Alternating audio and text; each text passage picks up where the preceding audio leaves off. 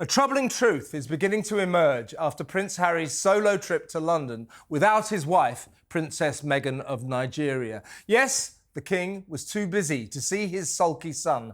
Just a couple of miles away, Charles could not fit Harry into his hectic schedule of 2 engagements. It turns out that, ever the loving, forgiving father, the kind-hearted sovereign, offered Harry a luxurious place to stay at St James's Palace, just up the road from Buckingham Palace. But the petulant prince rejected his dad's generous gesture out of hand in an extraordinary hissy fit over the armed police protection to which he is no longer entitled. Clearly still seething over his failed legal bid to force the state to pay for cops with guns whenever he's in the UK, the self-important Duke of Netflix dismissed St James for, and I quote, its visible location with public entrance and exit points and no police protection, and promptly checked into a hotel which somehow seemed a tad more public and a lot less safe than a fully guarded royal palace. The rest is sad history. Without so much of a sight of the King as he wages his brave battle to beat cancer, Harry attended an Invictus Games Thanksgiving service at St Paul's Cathedral before flying off to Africa to join Meghan for the gruesome twosome's weird pretend royal tour of Nigeria, which endorsed a dreadful country where female genital mutilation is rife and children are kidnapped on a mass basis to be held captive for years as sex slaves. Not once in their very regal 3-day visit did renowned feminist Meghan mention her grateful hosts' total lack of women's rights. But as the dismal duo posed for the photographers and 43% Nigerian Meghan palpably loved being loved by the adoring locals, how hurtful must this tawdry spectacle have been for poor Charles? How painful must it have been for the King that Harry put his petty pursuit of armed security ahead of seeing his dear old sick dad? And when will His Montecito Majesty realise that as long as he dodges his frontline royal duties and faffs around in sunny California, he will never warrant the same protection as his hard-working relatives who put in the hours all year round? After his first attempt to sue the British Home Office flopped, the litigious prince appealed and lost again, badly. In a stinging courtroom address, the judge, Mr. Justice Lane, reminded Harry's highly paid lawyers that their VIP client had comprehensively lost his original suit and had, in fact, failed on all of the pleaded grounds, and his chances of ever getting a more favourable decision, according to the judge, and I quote, were frankly hopeless. Judge Lane then ordered crestfallen Harry to pay more than £500,000, £500,000 of the government's legal costs. Add to that his barrister fees, and the Clown Prince has blown a massive £1 million on this pathetically lost cause. And now, to prove that a fool and his money really are soon parted, he plans yet another appeal. This preposterous man-child's pride and arrogance has taken precedence over even the slightest semblance of common sense. Haughty Harry's obsession with his dwindling status and this doomed endeavour humiliates him and embarrasses the royal family, something they could do without while the King and Kate are both seriously ill. But will Harry think of them as he ploughs relentlessly on? I wouldn't bet on it. Well, Simon, your thoughts on that? I've got a point, haven't I? I mean, why doesn't he give up this pathetic pursuit of armed security? This is not to do with his safety, because he jetted off to one of the most dangerous countries on the face of the earth after this. It's to do with his status. He's basically saying, why can't I have guns and the cops like all of my relatives do, like the King and William? That's all it is. It's about status. He's got nothing left in his sad little life to cling on to. Am I right? No. Of course you're not right. However, I am going to shock you and say that this is a lost cause, yes, and he needs to walk away. Well, that doesn't shock me, because it is common sense. With some dignity. When it's over, it's over. Yeah, with some dignity intact. I think that the reasons for him wanting the protection is not so much ego, but I think that sort of commentators like you, who continually attack him, and other people in the press as well, and the general public, probably make him feel quite paranoid about his safety. And I think it's probably a reasonable thing to feel that he may be under attack. Well, if I'm upsetting Harry, good. However, I do think that, you know, as you say, a fool and his money are easily parted, and this just kind of looks a bit foolish to carry on doing this. I do take issue with the king snubbing him. It's come out that has happened. No. The king offered him St James's Palace, and when he said no, I'm going to go to a hotel, the king said, right, I'm busy. Sorry. So I do take issue with the idea that the king sort of said, with you saying that. Well, that's what happened. I do, because I don't think that Harry trusts anybody, and now that it's come out, even his own dad. That is feelings. That's another reason the king didn't want to see him, because they don't trust saying anything to this guy, because him and Meghan go straight to the papers. Exactly. I do not blame Charles at all. Can you imagine anything he says to him might be blasted on the next Oprah interview, might go into a 4-part series that Tyler Perry produces? We don't know. He might talk a little bit about what Kate's going through. Who knows where that's going to end up? But who's leaked this then? Somebody must have leaked that the king offered him somewhere to Harry's stay. Very so who famous. leaked it? Harry's very famous for leaking a lot of things that make him look good. So Harry leaked I'll tell this. you, Samara That and doesn't make Simon. sense. I'll tell you, Samara and Simon, who first got involved in leaking stuff. It was Harry, who, after petulantly checking into a hotel when he was in London, released an official statement saying, sadly, the king's too busy to see me. He got there first.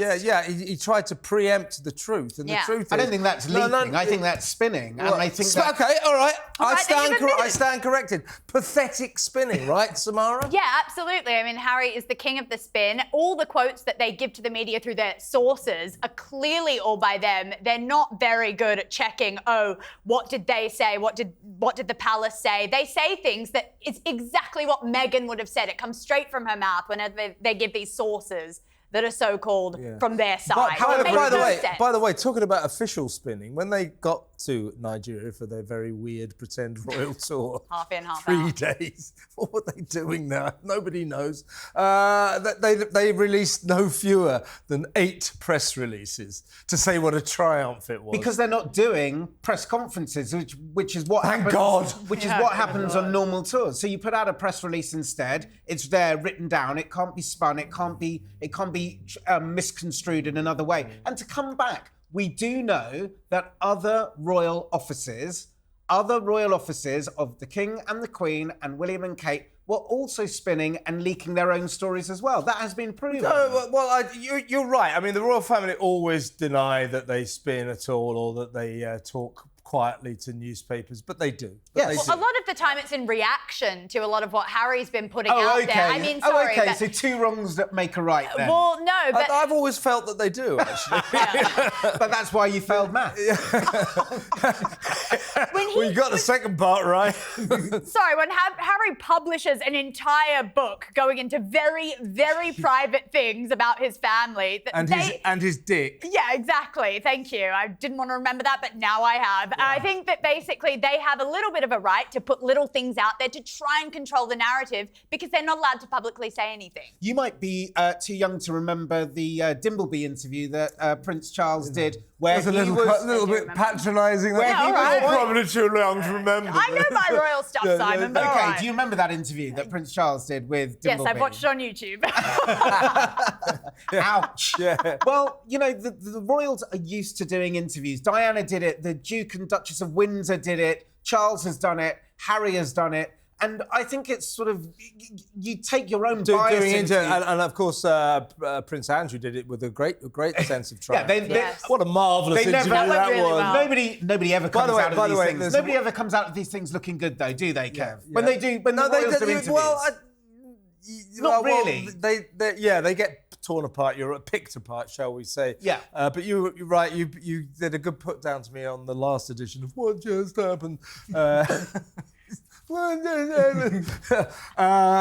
you said, when I said, he's the pariah of the royal family, and you went, What about Prince Andrew? I stood corrected yet again. Well, what are your views, Samara, on Meghan, the Princess of Nigeria? I mean, what was that all about, preening herself for the photographers? Never once, as I say, the great feminist, never once mentioning the appalling lack of women's rights in that hellhole country. Yeah, I've said it before and I'll say it again. She's a gig economy royal. She's a millennial royal. She wants 1 foot in, 1 foot out. She wants to fly in on, probably a first-class ticket, I will say, into Nigeria. Usually private jets. Well, yeah, exactly. Because Harry and Meghan are never happy unless they're destroying the environment. They stopped doing it because the optics, But, she wants to fly in, do 3-day stint, and then fly back out, right back to Montecito, to her luxury villa that she has there. She doesn't want to be doing spates of royal, the slog. What Princess Anne does every single day. Yeah. She does not want to do that. So I think it's completely a lackluster approach to being a half royal so she can spin her jam pot. Apparently Anne's got terrible arthritis in her hands because she's always cutting ribbons with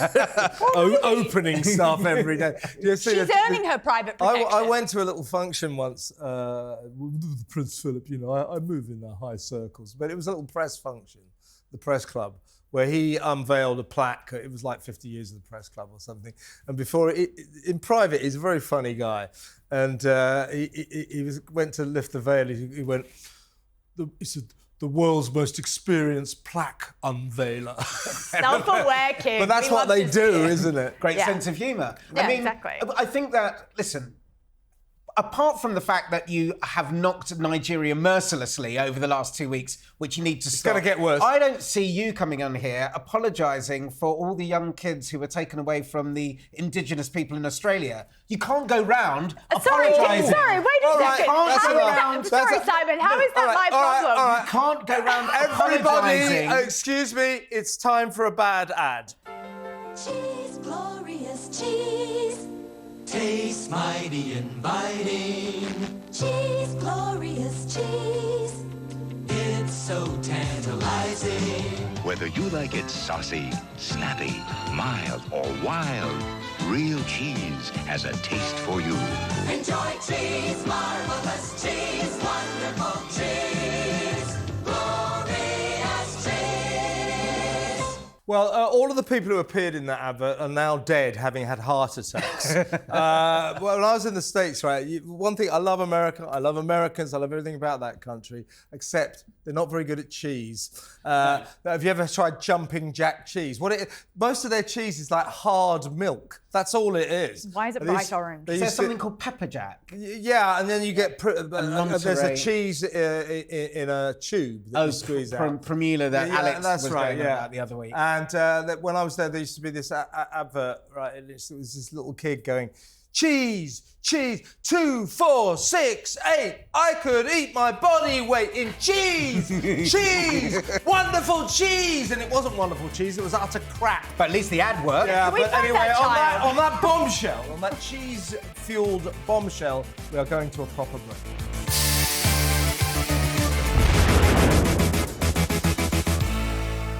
What just happened?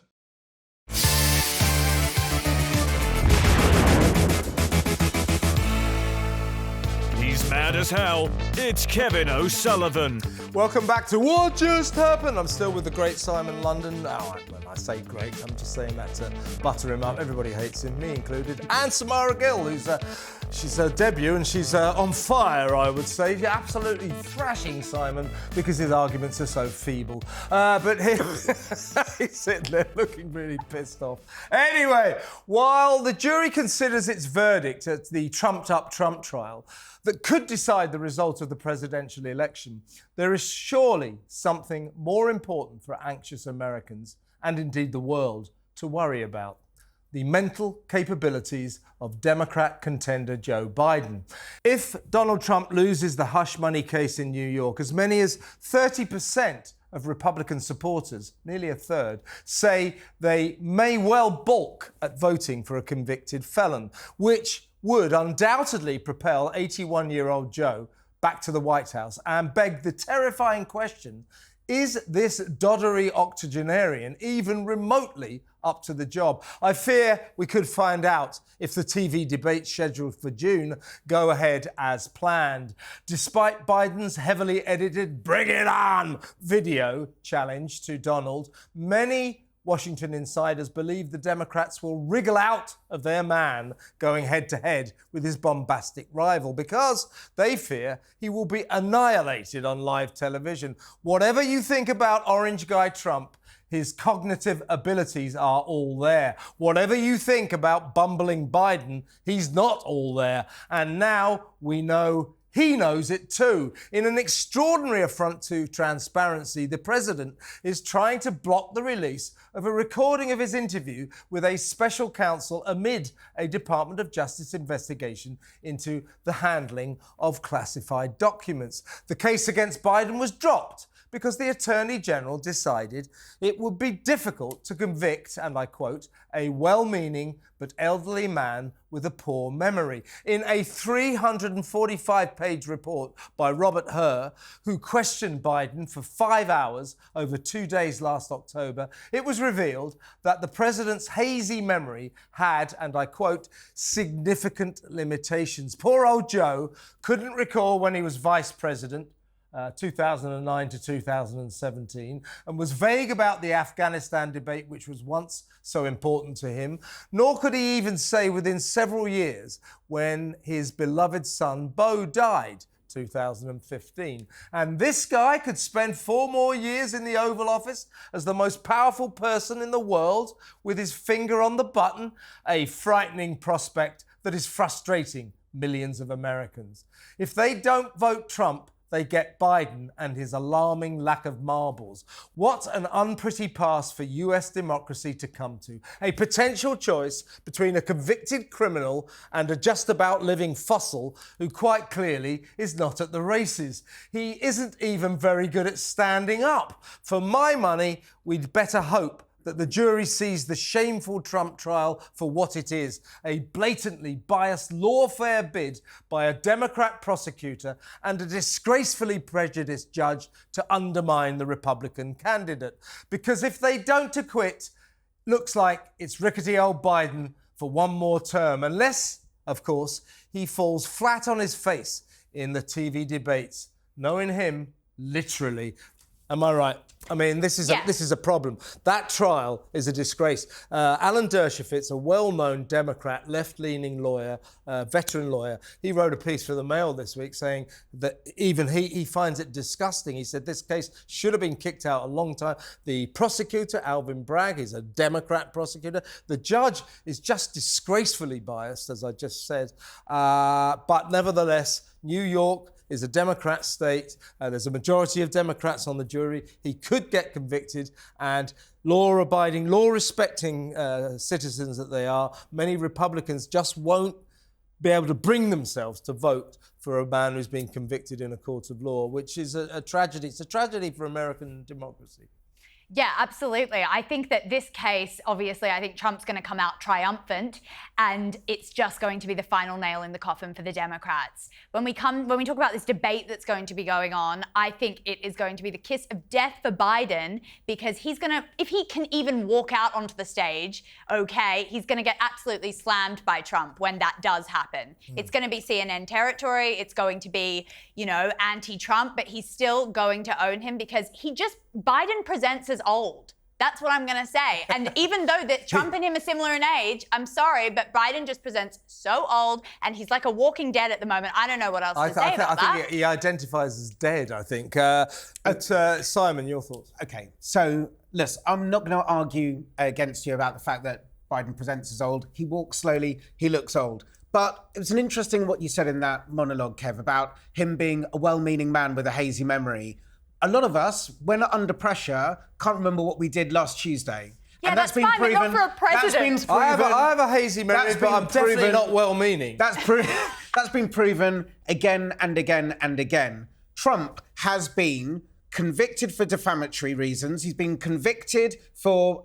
He's also been found bankrupt and bankrupt a few times. He's been convicted of? He's been found What has he been convicted of? Oh, I know, defamatory- absolutely. He's never been defamatory convicted. He's never been convicted. Defamatory. Yeah, but you can't say he's been convicted. He defamed that woman. Because that's defamatory. He defamed that woman. You're being defamatory. He defamed that woman. Yeah, but that's not a conviction. Okay, let's go. Come on, Simon. Simon, you said that he's been done for defaming people. That is defamatory. He was found guilty. You just said that is not a conviction. He was You're found a fucking guilty. journalist. You know that. He was found guilty of defaming that woman. No, he wasn't. He was. No, you don't get found guilty in a civil case. Did you tell me that he was found guilty of defaming that woman? Simon, you're a journalist. You're using the wrong terms.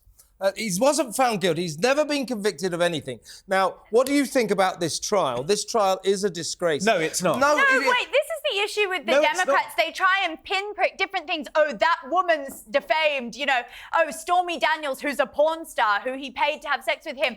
These aren't actually things that American voters care about. They actually care that they're in safe hands with Trump.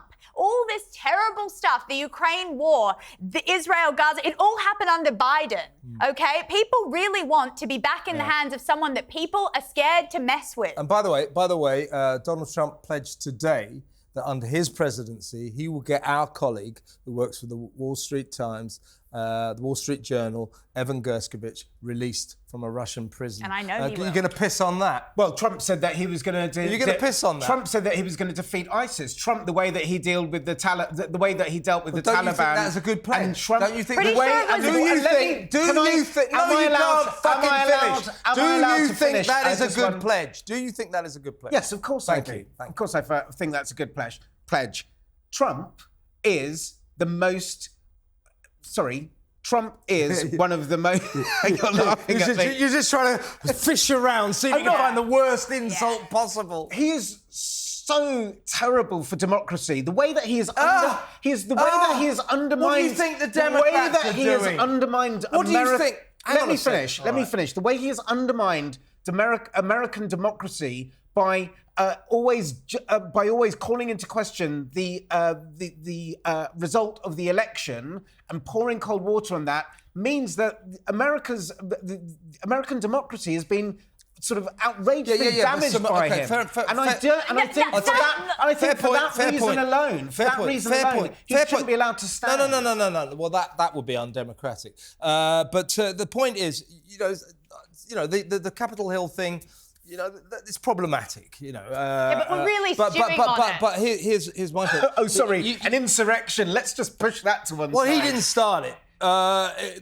If you want to talk about the warping, the twisting, the ruination of democracy, let's talk about this trial in New York, all Democrat-inspired, and Trump, throughout this trial, banned from campaigning. That is disgraceful. I just think that Trump. Well, I was asking Samara. Well, Sorry. I think we've had enough. We've had enough of you. Thank you very Samara, much. please. Sorry. Honestly, respectfully. it's hilarious because the Democrats have shot themselves in the foot. This trial is a campaign in itself. It's a campaign to show that there is a massive witch hunt against Trump, okay? And when Trump comes out winning and being able to run, he's actually it's going to be the biggest line that he's going to run on. Look, they tried to go after me and look, they couldn't find anything. And Stormy Daniels is not the bastion of, truth and democracy. Have you seen her? She goes on The View and she acts like she's absolutely It's not about delusional. Stormy Daniels, it's about falsifying accounts. Yes, I know, but If we're going to nitpick about things, it's not about Stormy Daniels. She is if being we're going to be used- like the Democrats and pinprick things, She is being used let's as a be- pawn by the She's- Democrats. As a pawn? Yeah, Pawny Stormy. But Pun intended. But have you seen this? So going back to the TV debates, so the Democrats this week released a video of Biden saying bring it on. It goes like this. He goes, here you want to debate me? I'm a well, bring it. Yeah, with about 10 different cuts. It's about a 20-second video. There are 8 edits. The guy can't even finish a sentence. And I'm Listen, hearing... there are enough videos online of Trump falling over his words and calling people the wrong. He called Jimmy Carter Jimmy Connors the other day. So come on, let's not. Use that as a basis. Okay. If you think Biden won't get annihilated in those TV debates, you need help, mate, because he will. But Trump has got his marbles. Biden hasn't, and here's what I'm hearing from my Washington. Trump is falling asleep in the let me court. finish. Trump is- I'm the host. Let me finish. I'm hearing from my Washington friends that the Democrats will find a way to wriggle out of this. So it's all bravado at the moment. And what they're going to do is they're going to set all these kind of, they're going to try to entice Trump into saying, well, I won't do it at 3 o'clock and I won't do this, I won't do it. So they'll say, oh, well, he's making too many demands, therefore we won't do them. Because if they put him on the stage, that's it. He's We do finished. need to be careful about this ageist approach, though. Well, to in these fact, older he's a people. senile fossil. No, I don't think that Sorry, these people are... his running line last election. It's not ageist, mate. It's very worrying. In 2020, ageist. he ran. Fucking guy can't even stand up. Yeah, I mean, in 2020, he ran on no more malarkey. Malarkey. Like, no more. Malarkey. Malarkey. I like that. Malarkey. That's the thing. I am under 30. I don't even know what that means. Biden can't speak to anyone who's under the age of about You're under 80. 30. Did you bring your birth certificate? I'm only joking. No. OK, so are you off to vote in the American elections? I'm not, but I'm analysing this from Well, the are perspective of, you? like, sorry. No, but this is the point. Like, sort of building straw men just to kind of... That was just a straw man. Are you going to go No, but vote you're in saying the American election? he's not speaking to me, but you don't have to vote for him. But but go back to, I to my said point. age. There are a lot of people under 80 in America, Simon. But a lot of people over 80 as well, but I guess that goes for anywhere. The polling is suggesting that Trump's going to walk it. So to go back to what I said in my monologue, there is this, some polls suggest that nearly 1 in 3 Republican voters, law-respecting citizens that they are, won't be able to bring themselves to vote for a convicted felon. But I'm also hearing that that is changing because the nature of this trial is so disgusting that Americans are just saying, this guy, we're going to vote for the guy that the Democrats are victimizing. I think it's really unfair that Trump regularly breaks the law, and when he's called to account... Any convictions? Yeah. Any convictions? Love to know. Any convictions? No, Simon. Yeah. None whatsoever. So you care to rephrase, Casey's this getting guy someone regularly to breaks the fucking law?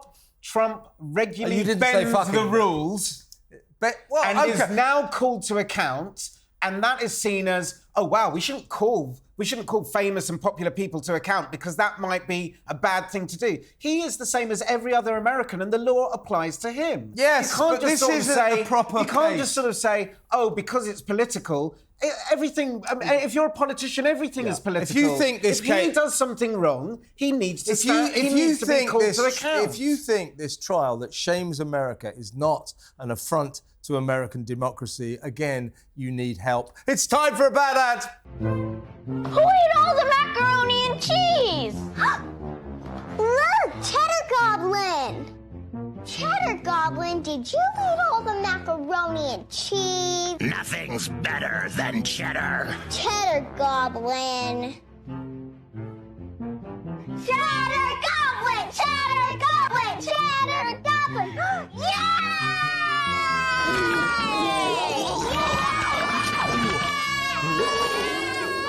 Cheddar Goblin by Devane. It's goblin good. Is that supposed to make you buy that product?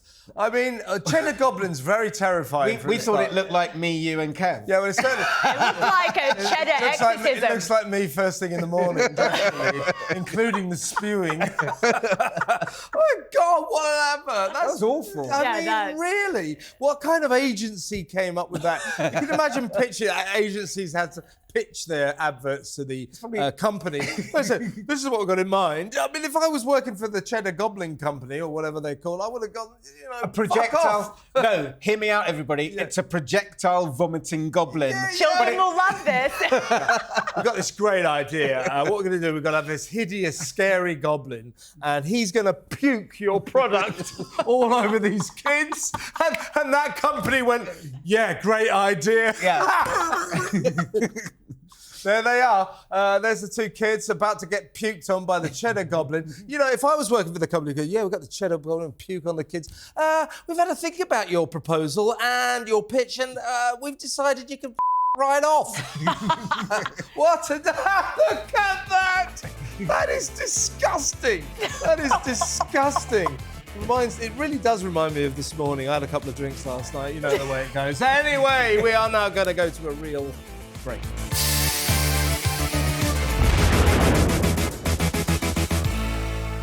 What just happened?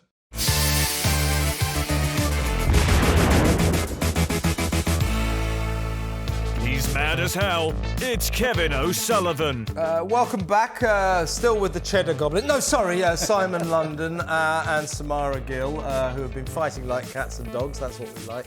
I've been very quiet during the show, uncharacteristically.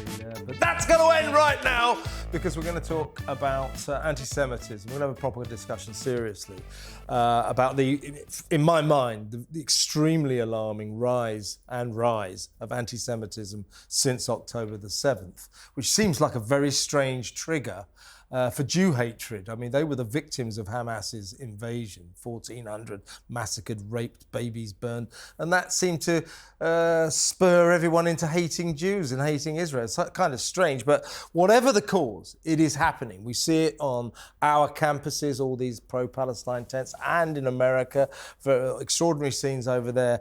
And now nations are starting to sort of virtue signal, we're pro-Palestine. So you had this week, 3 nations that no one gives a shit about: Norway, Spain and Ireland. You're terrible. You're a terrible man. Yeah. I know. No one gets 3 minnow nations. They go, we recognise Palestine. I'm sorry. No, I haven't finished that. We recognise Palestine as a state. Yeah, great. Trouble is, it isn't a state. So what was that all about? And this is, I know you're pissing on me about that, but I've got I found this really disconcerting. Just a couple of days ago, Germany announced that if Benjamin Netanyahu steps foot in their country, he will be arrested because the International Criminal Court is considering bringing charges, to be fair, against the leader of Hamas and Netanyahu for this war. To conflate what Netanyahu's doing to what Hamas did is an outrage in my view. But in response to that, Germany said if Netanyahu sets foot in this country, he will be immediately arrested. Is it just me, or do I find Germans announcing that they will arrest Jews slightly disconcerting, slightly uncomfortable, Samara? Yeah, it is slightly uncomfortable. When I say slightly, I mean seriously uncomfortable. The fact that we're even equating Benjamin Netanyahu and the Hamas leader and putting them in the same sort of area is ridiculous. It is absolutely insane that we are putting them anywhere near each other. I mean, Hamas has a charter that says we would like to wipe Jews off the face of the earth, and they chant that every day. That is what Netanyahu is railing against. And people don't understand that, or people seem to have forgotten that in this country specifically. Countries like Egypt, they're not taking any of the refugees from Gaza. Saudi Arabia, they're giving $200 million on average per year to Palestine. That's about, there are football contracts that are bigger than that they give out. It's ridiculous. So their own people don't really care about them, let alone us over in the UK. It seems like we're the ones rallying against this whole cause. You see, this is why she's my producer.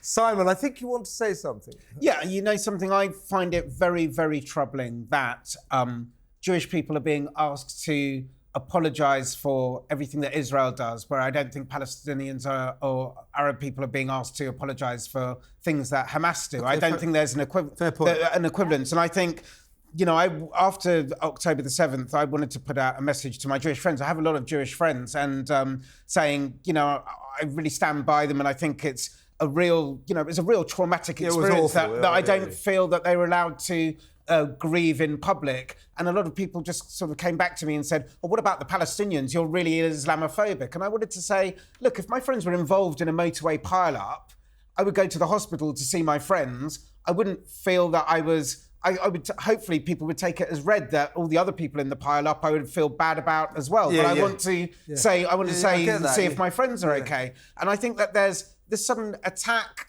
or trying to sort of pin on anybody Jewish about sort of taking responsibility for everything that Israel does is really, really troubling. Obviously, we know that what's going on is it's not fair and it's not equal because, you know, a war is where there are two armies involved and one is a terrorist cell and one is an army. So we can't say that that is really a war. But at the same time, I think it's very, very telling and very, very scary and very, very sad that people are using this for the anti-Semitism to come through. And I really wish that people would stop and think about how that affects the Jewish people in our community. Yeah, well said, Simon. And what I think, Samara, I think Simon would agree, is so I've been to a few of these Palestine marches, not to participate, but to see them. In the early days, I went to about 3 in a row just out of interest. I mean, 300,000 people snaking through central it's amazing. London. But you know, and let's be fair, you know, most of them genuine people. I think probably misguided, but they think they're, you know, fighting for the right cause, and that's their right. I think it is a noble cause. There's a flagrant ignorance, though. I asked a lot of them, do you know what the river to the sea means? None of them could. Well, yeah, I mean, exactly. But there's a definite, I mean, when I say undertone, it's not really an undertone, it's an overtone of Jew hatred and anti-Semitism among those marches. And when you go to these camps at the university, Oxford and Cambridge included, you know, it's like, we're pro-Palestine. The undercurrent is we hate Jews. We're anti-Semitic. Same in America, same around you. This is the problem, that people are reacting with horror at the fact that so many people are dying in Gaza. And I understand that. Nobody wants to see that. But I also understand what Israel are doing. And it would be a very good thing if they could completely wipe out Hamas. I think it's probably a mission too far. But I understand what they're doing. But, you know, this horror of the scale of the deaths in Gaza has spilled over into almost a global explosion of anti-Semitism. If there's just one thing, sorry, Samara, just to cut in again, that I can't remember what the name of the Chinese Muslim the minority. The Uyghur population in Xinjiang. Yeah, we didn't see people marching for them. We didn't see people marching for the Yemenis. And we didn't mate. And we didn't see people marching for the Syrians. And so I think we have to look at that and sort of say what's going on here. The other thing as well is the Palestinians have to have agency. Marching along and sort of saying free Palestine, who are people going to negotiate with? Who are they going to send to the table to negotiate for a two-state solution? Well, I'm sorry, but I think we're seeing in London some of the most liberal people in the world, debatably who live in London, New York, all these central cities, rallying for some of the most illiberal country, like the most illiberal country that I can think of right now. There are no women's rights there. There are no freedoms. There are no nothing. This is who they're supporting. The left has changed so much. Let's talk about that. I mean, you know, the most ridiculous organisation in the world, Queers for Palestine. You will be running to Tel Aviv after one day. Why do you think it is that it has sort of broken down that, you know, to be pro-Palestinian is left wing and to stand with Israel is right wing? Why is that? I think it's sort of let's face it, Israel, as Samara alluded to, Israel is the only democracy in the Middle East. And by the way, while we weep for the poor Arabs living in the Gaza Strip, that hellhole, that overcrowded hellhole, if only their Arab brothers in Egypt opened the Rafah gates, they could all escape that hell. But they won't, will they? Yeah, I mean, let's talk about that. Why is it? Is it left wing to be pro-Palestinian and right wing to stand with Israel? I've always found it very confusing. When I was younger, I had a Jewish girlfriend for a couple of years, and I was also a left. You had a girlfriend? I did. You're the only one you ever managed. Yeah? And I had a left, and I was also kind of a bit of a left-wing student. And no way! And I couldn't get over. I couldn't get over how the left-wing group at university was so anti-Israel and sort of trying to understand it. I think it comes out of this idea of imperialism. They see Israel as an imperialist state. It's their close ties with America. Yeah, and I think it's because of that. I mean, obviously, I'm massively sympathetic to the Palestinian situation and the Intifada that happened and started in '87 and where we are now. But I do think that trying to make every Jewish person around the world, that diaspora, responsible for the actions of Israel is a really dangerous thing to do. Yeah, but you know, having said that, you know, I've got a lot of Jewish friends. I mean, you know where I live. I live near Golders Green, which has got the biggest Jewish population in Britain. Do you know, by the way, you know, we talk a lot about British Jews. by the way, they're not British Jews, they're British citizens. They're people who've lived here all their lives. Do you know how many of them there are in Britain? I do. There's 70 million people in this country. There's About 1%. 250,000. It's about 280,000. It's amazing. Yeah. It's amazing. Yeah, Well, it's earlier, tiny. earlier this week, I was on the. I was at the House of Parliament actually on a committee for the Centre for Media Monitoring, which is a Muslim group that kind of looks at bias in. Interesting. No? That looks at bias in the media, and there is Islamophobia, and there is a lot of bias in the media as well. And they are trying to sort of walk this path of, trying to have their own identity that isn't like sort of crushed down by this sort of anti-Muslim rhetoric as well, and trying to find their way through this. And they are very sympathetic to this rise of anti-Semitism as well. And I think it's about looking for the good faith actors on both sides who are looking for a two-state solution and at the same time not trying to tar either side with that That's all brush. dandy, Simon, but when we're actually up against a terrorist group, it's very hard to say, oh, we want a two-state solution. They want the obliteration of Israel. They want from the river to the sea. But they also... So it's all nice to sit in London and have a chat about it, but the reality of what's actually going on there is completely different. First of all, Israel doesn't want a two-state solution. Netanyahu doesn't want a two-state solution, and the Palestinians want they want a one-state solution. However, they don't want a So two-state. interesting. There was a two-state solution until October the 7th. Really? Well, it was on the table. Well, yeah. I think it might have been hard to no, achieve. they gave the land back in 2005. There were five there's no instances. doubt. You're right. There's no doubt that Hamas derailed an ongoing peace process. And we've seen what they have done The with bastards. And we've seen what they've done with the foreign aid that's been given. But Samara, and I know you say that all sounds fine and dandy. You have to start from a position of optimism, because that's what solved the Good Friday. How the Good Friday Agreement came out in Ireland. If you keep on looking back and not looking forward and not going into it with a sense of this can be done, it won't be done. Yeah, so the villains of the story, and we all know they did this deliberately, are Hamas, because they derailed what was an ongoing peace process. They did it deliberately to whip it all up because they want constant conflict, because their mission is the utter destruction of the Israeli state. However, they would argue, and the Palestinian state... Are you really arguing for Hamas right now? All right. I'm not arguing for Hamas. They would say that this They're great guys. This is a decades age problem, decades old problem, it is, yeah, which actually this has just become the pressure cooker that has spilled over. So that's the problem, is that we have to try and move forward, and if we keep on looking back, nothing's going to get solved. Totally agree. We also, God knows how we do it. We have to persuade kids.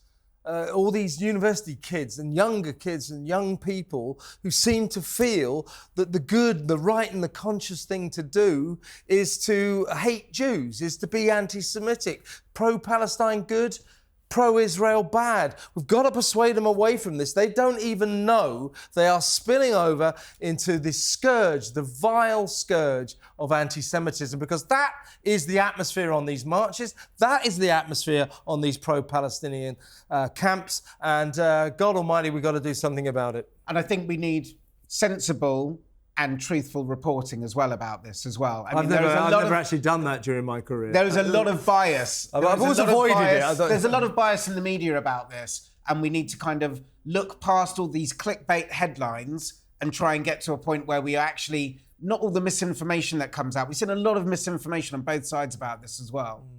Yeah, well, you're talking about online newspapers. Don't get me started. I mean, the way they pitch their stories. So we're coming up to a bank holiday where we get 3 days off, and one of the papers they fit on the online, it said, "Brits get reprieve from pouring rain bank holiday."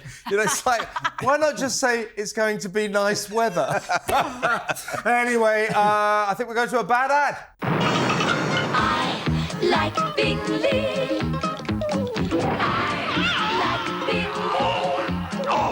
Their prices are very low, you see.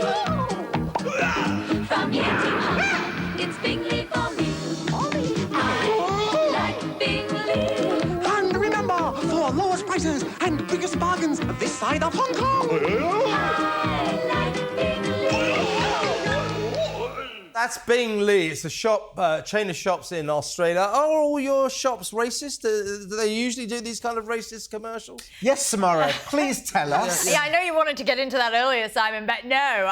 Would you like to apologise for that ad? Oh my God, no, I'm not going to apologise for that ad. That ad was the exception that proves Yes, the rule. completely. It was a bit racist. And wasn't it? are you going to apologise for Isn't that what they call Don't go on about representation? Indigenous people. Isn't that ad what they call representation now? Have lots of Asian faces? No, I think that was racist. I think Yes, that's what you call racist. I think it's racist, actually. No, look, I mean, Australia has a very, very textured history. We have... Are we going to talk about the white person's policy in 1977 that Australia had? Oh, God. Again, wasn't born, you know, not my problem. Oh, yeah. Okay. I like when young people say that. They go, Yeah. you go, do you remember... Yeah, shut it, do you remember boomer. that? Do you remember the series Okay, Dallas? They go, before my time. You know, as if that's that example. Any, Second World War, Adolf Hitler, never heard of them before my time. It's called history. Yeah. You know, it doesn't cut off the moment you were born. Take some responsibility. Yeah, take some What is the problem with that ad? Can someone tell me? It was racist. How exactly? Because Simon, it's could you- racially stereotyped Asian people. Yeah. Okay, look, fair enough. But we had a big intake of Vietnamese refugees around the 70s. I'm pretty sure that's when that ad was made. And I guess that's where it's come from. Vietnamese people are the same as people from Hong Kong, are they? Did I ever say that? God. Did I ever say that, Simon? Did I? Shut up. You're such a Right, Simon London there on top form. Samara Gill still with me. Let's go to a real break.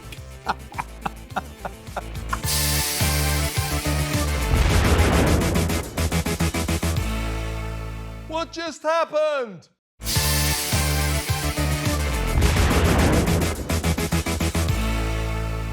One of the great things about this show is it gets a really big mailbag. They're the comments underneath every episode. They got thousands of them, and I love that. I love you all getting involved. So carry on. It doesn't, even if you hate me, and many of you do, say so. All of you hate Simon, of course, and perhaps you will have some comments about the excellent debutante, Samara Gill, this week. But we're going to go through the mailbag now. We're going to do this every week, so hopefully you'll get on the show. So Simon and Samara, I think you have some of the fan mail that I've been receiving this week. So take it away. Just putting on my glasses, Samara, because I'm old. Oh, okay. Fucking old. Renarchio says Simon is a wise man. Did you choose Yeah, is that these? you? Did you write that, Simon? What did he really say? Is that a burner account? Oh my word. So Pamela Lalalabolo says, Kevin, what is wrong with your left arm? What are you doing when you hide it behind the desk? Are you deciding whether or not to press the mute button? Yes, I am. Okay. I'm actually, what's the lady's name? Pamela Labalabla. Pamela, I'm actually deciding whether or not to get up and stick one on Simon London. So next week I'll probably punch his ass. Lorik says, Simon has been one of your best guests, in my opinion, because he's not so argumentative or obnoxious as a lot of them. And he is charming and respectful. I would like to see more of him, although I think, in my opinion, that Harry and Meghan are a shit show. And now, Samara, I believe you have some more fan mail for me. I do indeed. Simon London appears to lack education and common sense. Is he the only one to represent people of limited intelligence and say the opposite of what most of the intelligent UK people know and believe? Who's that from, does it say? That's from Chief Standard. Chief Standard, on the money. You hit the nail on the head. Lack of education, it's palpable. Next. I'm thrilled I can watch your program again now that you fired JJ. Go on. Every show that he was on, I had to skip. I am hoping that Simon does not prove to be so as obnoxious, rude, and pseudo-intellectual as JJ. As I would like to enjoy your show. That's Adrian from America. Adrian, well, as you quite rightly say, I got so sick of JJ, I fired him. And now we've got Simon. I mean, He's a very good man, JJ. Yeah, a lot to say for himself. He's a good friend of mine. I hate him, but he's a good friend of mine. Have we got any more? Yeah. Kevin, you are over-opinionated. You got that right. Don't forget, you are there to listen to others' opinions, not obliterate theirs with yours. Chill out, please. You are undermining yourself. And who's that from? That is from Lorraine. Lorraine, it goes like this, right? In terms of the importance of the opinions you here. It's Simon third, Samara second, and top of the charts every time is me, because it's my show. My opinions are much more important than theirs, and indeed more important than anybody else. That is about it. So thank you very much for tuning in, to everybody from Britain, from America, from around the world. I really do appreciate it. We all appreciate it. I even sort of slightly appreciate Simon London coming down, but not to be honest with you. Samara Gill, what a debut. Well done. But thank you, Simon. Thank you, Samara. I've been Kevin O'Sullivan. You've been an amazing audience. Don't forget, same time, same place, right here, next week. What just happened? Be there.